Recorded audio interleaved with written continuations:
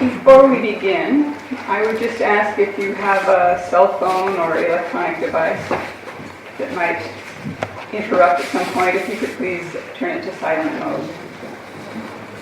Thank you. Welcome. My name is Dana Lynn Seaborn. I'm a lay chaplain from Capital Unitarian Universalist Congregation here in James Bay, where Mavis was a longtime member. I'd like to invite Alan Dawson to come forward and light the chalice.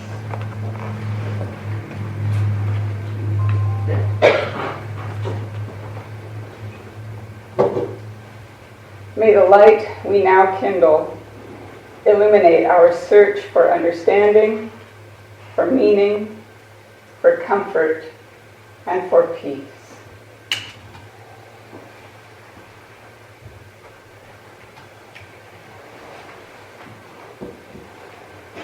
Thank you.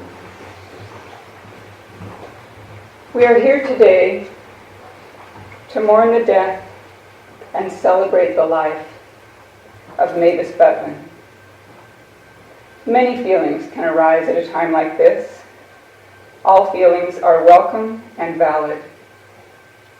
We may be feeling sorrow, anger, tenderness.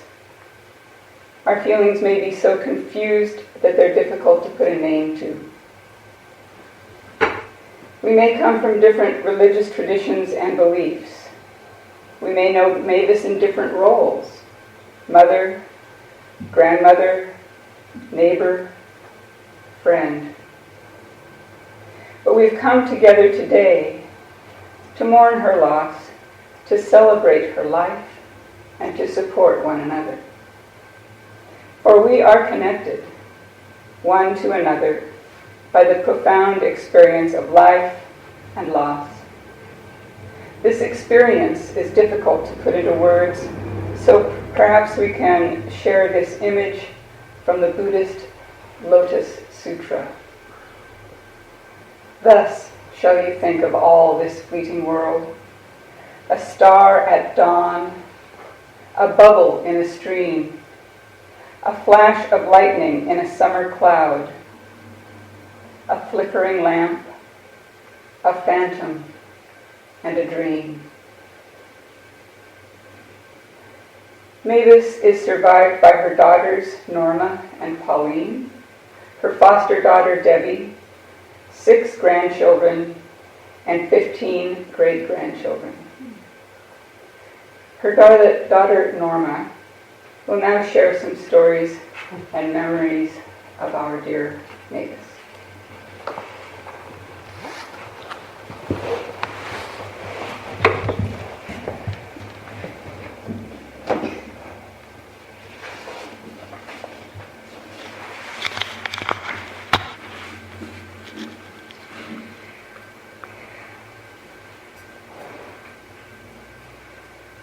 My mom, Mavis Pauline Jeanette Butlin, PJ for short, was born in 1921 in London, England, the second of 4 children in a musical and artistic family. She was a very athletic young woman with dreams of going to university and becoming a gymnastics teacher. However, when she was only 18, World War II began, which drastically changed the course of her life, along with that of many others. The family London home was destroyed in 1939 by German bombs, and most of her family relocated to Stafford in the Midlands. But she decided to join up in the Women's Royal Naval Service, the Wrens. She was trained as a radio and radar mechanic and worked as a repair technician for the Navy planes returning from missions. Canada supported Britain in the war effort, and Mavis met the love of her life and her future husband, a tall, blonde Canadian lieutenant, Robert Murray Brown, while playing field hockey during some time off. He became her commanding officer, and they stayed together for 4 years at various air stations all over England. This was a bit unorthodox, as couples were always separated. But Bob was a superb wrangler, and every time a Wren's officer tried to have Mavis moved, Bob would send a signal to HQ that Mavis was a key rating and could not be moved. Mavis and Bob were married in Stafford in 1945. He was discharged from the Navy to Canada, and in 1946, she followed him on the Queen Mary with thousands of other war brides. She had 2 babies in Quebec, me in 47 and Pauline in 49. And much later on, the family moved from Montreal to Ottawa. Life was very active, revolving around the family, the United Church, the tennis courts. Bob was part of the Davis Cup team. Camping, skiing, swimming, and a huge garden. Bob passed away in October of 1986, so she's been without him for some 30 years. Mavis moved to Guelph to be close to some war-bride friends and Paula's family, living there until I convinced her to come to Victoria in 2003. Mavis was a proud Brit and established rituals and traditions in our house, which had come from her family, I think. One was early morning tea. At night, a tray was brought up to their bedroom with a kettle of water, thermos of milk, and mugs. Close to dawn, she made tea without getting out of bed. And a bit later, hot streaming mugs and a good morning woke up Paula and I. But if we were camping or vacationing by a body of water, the early morning tea ritual was preceded by the mandatory early morning swim. Diving into the shock of freezing water, swimming out with her, and then back to my dad, who wrapped us in towels and gave us the tea. Sunday lunch was most often roast beef and Yorkshire pudding, roast potatoes, and Brussels sprouts, which I hated. Later, she became a vegetarian, so that menu ended. But the tradition of her English trifle, a dessert, layers of cake and custard, topped with whipped cream, decorated with nuts and cherries, was her signature dish, brought in a huge cut glass bowl to so many events, like parties and potlucks. I know many of you have tasted that one. Right? Mavis loved the Queen and her outfits and her hats, especially her message on Christmas Day.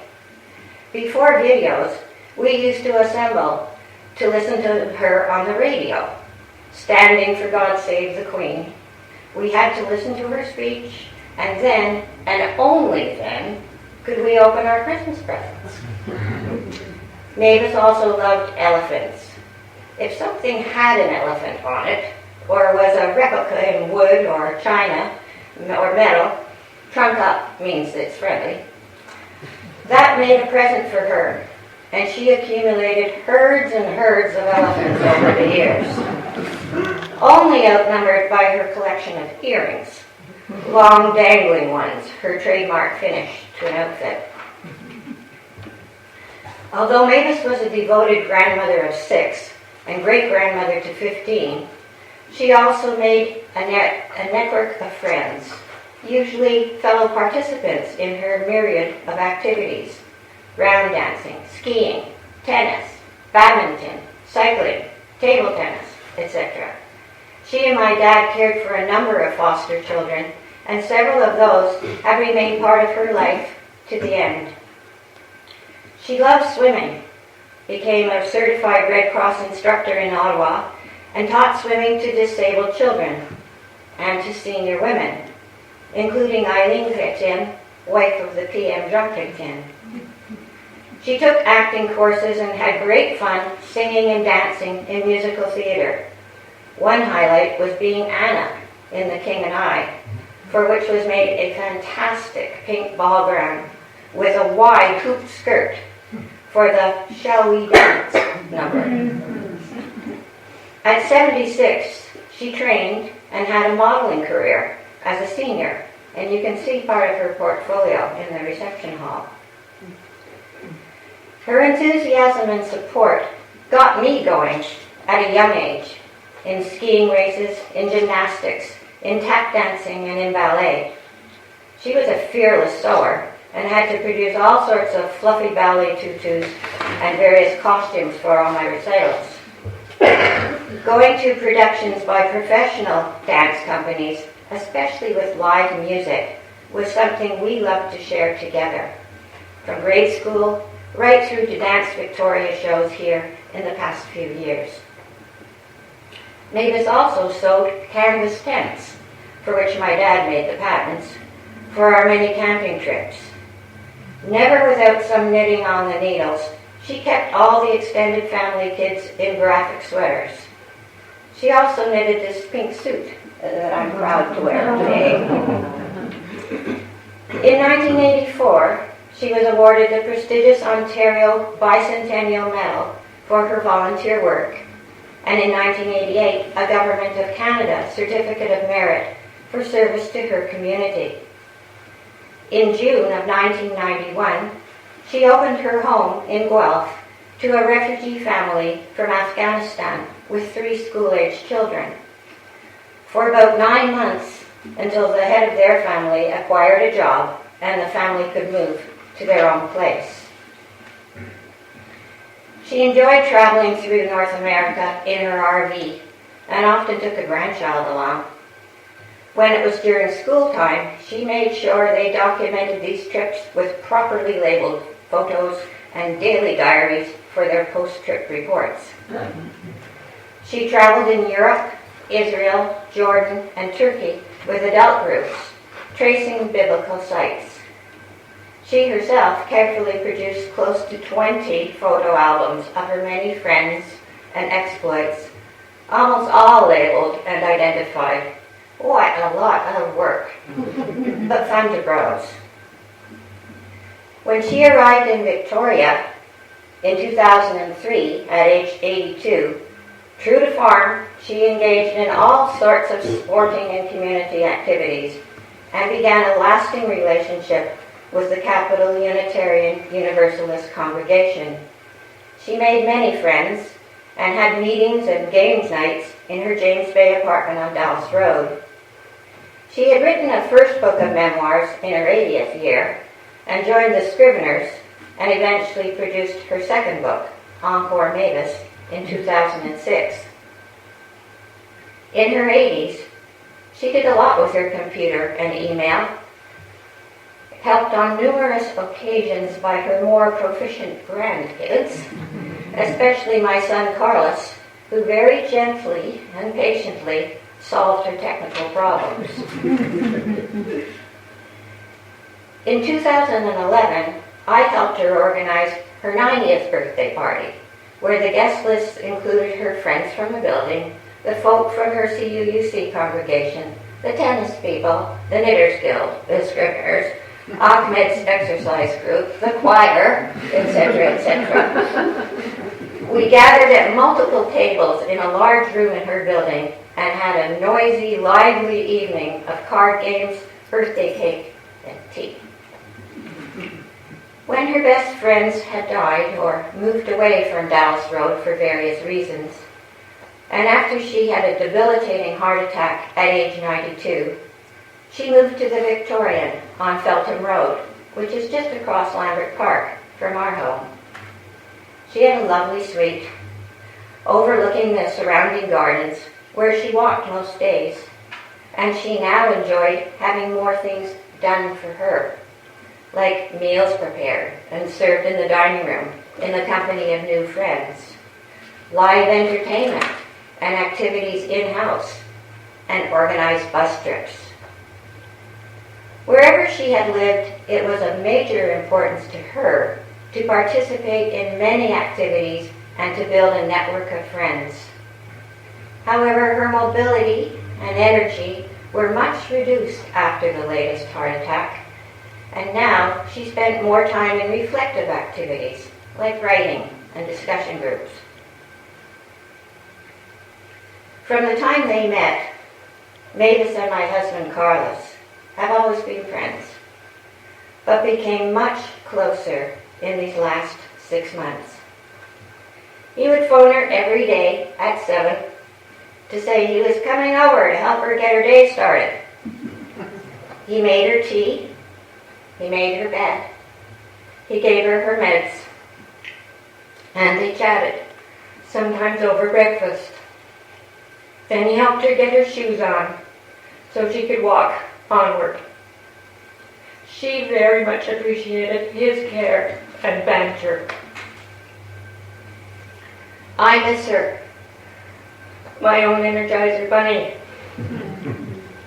In my life, she has always been such a positive, supportive, loving force, whether distant or nearby. Thinking of that smile that used to light up her face when she looked my way keeps renewing that motivating energy. Stay curious and do something while you can, that I can feel as an enduring gift from her. Thank you, Mom. I would like to end with an excerpt from her book entitled There Comes a Time.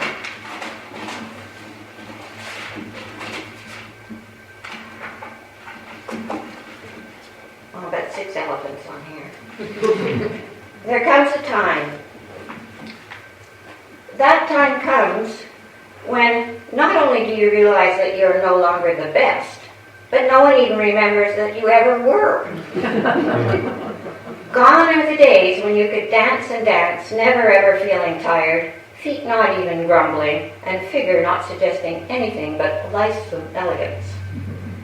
When was it that tennis was so rewarding? The wicked, sure and fast backhand volley were expected and commented upon. Is it better to give up the game or accept the downstepping? It is not easy to realize gracefully that you will never again swim the best, sing the sweetest, remember the words of all the songs, pick up the tap dance steps the quickest.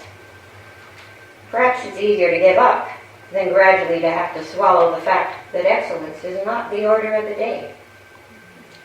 What is the compensation for all this wrinkled, stooped grayness, failing eyesight, and wavery steps? Just sureness within, that you have run the race to the best of your ability at the time, that all the struggles and competitiveness do not really matter. A quietness of soul that at last does not need to do anything to be appreciated. Just the fact of being shouts louder than deeds that a life has been well lived. Thank you.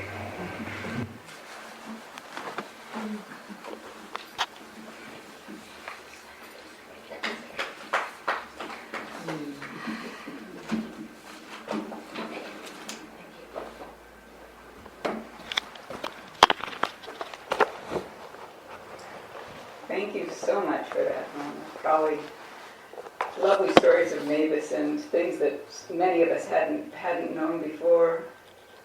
I didn't realize that, I knew she liked elephants, but I didn't realize she had quite a herd, quite a number of herds.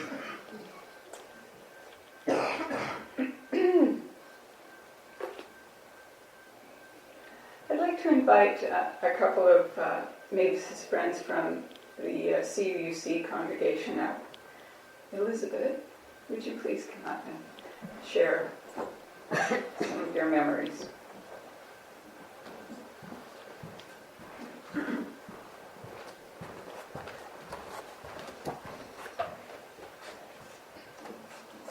I'm so glad to see everyone here.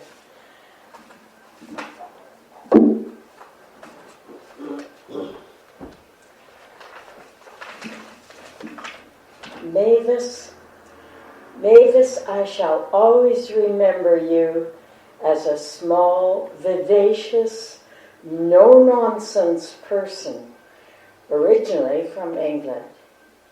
Later, I enjoyed the stories you could tell us about working for Naval Air Force during the Second World War in England.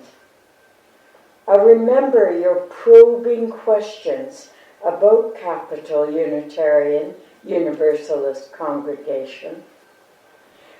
We were attempting to follow the labyrinth path in the grass in Irwin Park, near the place we meet. Later, I learned that you know about pitching in to grow and maintain a healthy community, and how much you loved us all. This you showed in many ways, and we'll probably hear more people mention different things that you did. In the car ride here, we were already mentioning many things and how much we'll miss your activities. Then in 2006, you gave us a copy of the book you had written. And so I then asked you to help edit a book I was writing. You gave it a good looking over, and I learned a lot from you. Thank you, Mavis, for everything.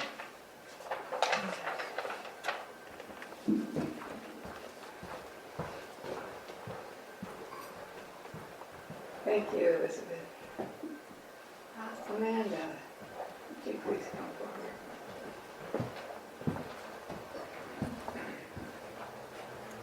I have so many stories to share about Mavis, but I'll try and keep it brief. Mavis felt like Lazarus to me because I'm the one that sent out the email after her catastrophic heart attack. I had the news that Mavis had died many years ago, and I sent out the news to the congregation saying Mavis had died. And then we found out that she hadn't, and I corrected that. But imagine my reluctance to get on the telephone with Mavis and say, Mavis, I am the one that told everyone that you had died. And she laughed, and it was our joke that we carried on laughing about pretty much every time she saw me. We had so many parts of our lives that intersected. Our love of doing handicrafts, our love of baking, our love of music, our love of sports. I'm particularly mindful of the time we had a cabaret years ago. People remember Mavis and her fabulous hat and her dance she did for the cabaret. She's astonishing. What an incredible woman. But I think two things really sit with me. I'm a member of our Sunday service committee, and those meetings can go on, and it is a secret I have not told anyone that for the 4 years that Mavis hosted those meetings, I only went for her delicious squares. Oh, could she make the most amazing squares, and I have her recipe if anyone would like some.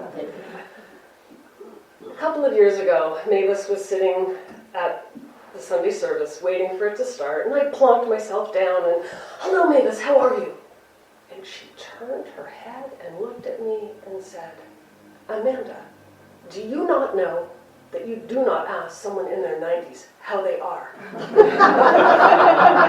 Well, I was really taken aback, and I thought, that is probably one of my biggest life lessons around how to connect with seniors. That's the last question you ever ask. And so we unpacked that over the course of weeks and months. It just goes to show that she constantly taught and gave. What a full, wonderful heart she had. How much she gave every single one of us in this room. Mavis, you are so loved. You'll be so missed.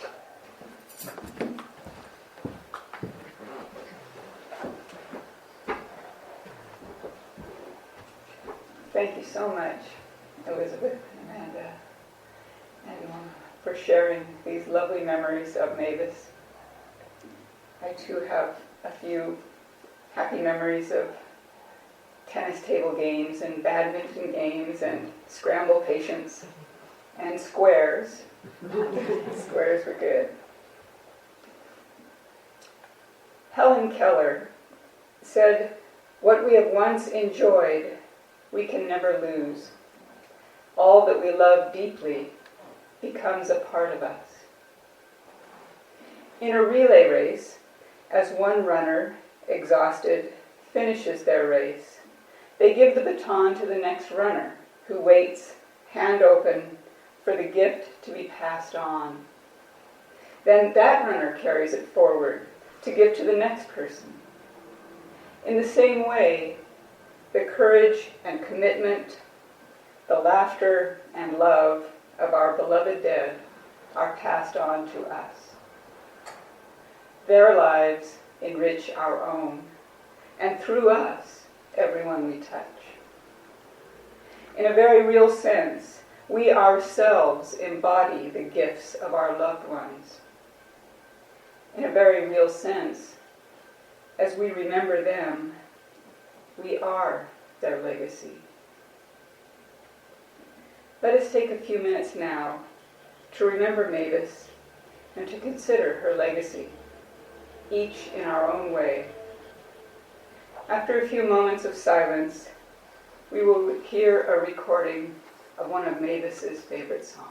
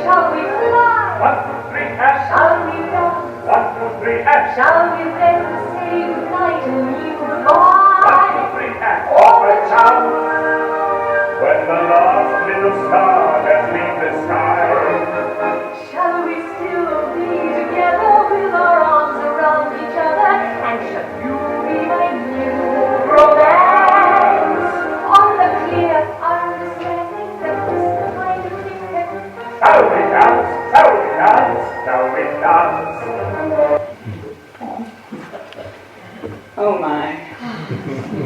I think of Mavis in her handmade, homemade gown with the hoops, spinning around on stage with that for that song. The mystic Rumi says, "We come spinning out of nothingness, scattering stars like dust. The stars form a circle, and in the middle, we dance." Mavis asked that the following poem by Rupert Brooke be read at her service.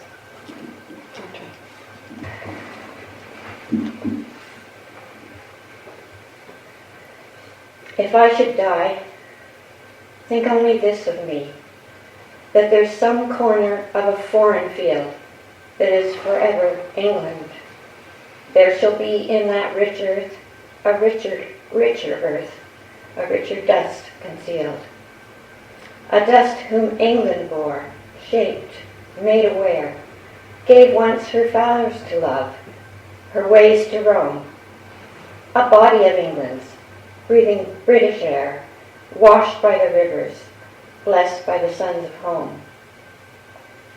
And think, this heart, all evil shed away, a pulse in the eternal mind no less, give somewhere back the thoughts by England given, her sights and sounds, dreams, happy as her day, and laughter learned of friends, and gentleness in hearts at peace, under an English heaven.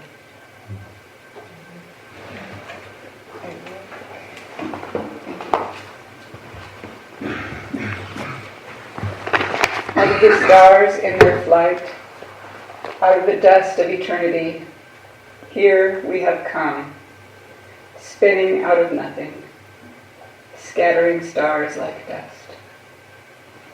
We are earth, we are air, we are fire, we are water, we are space.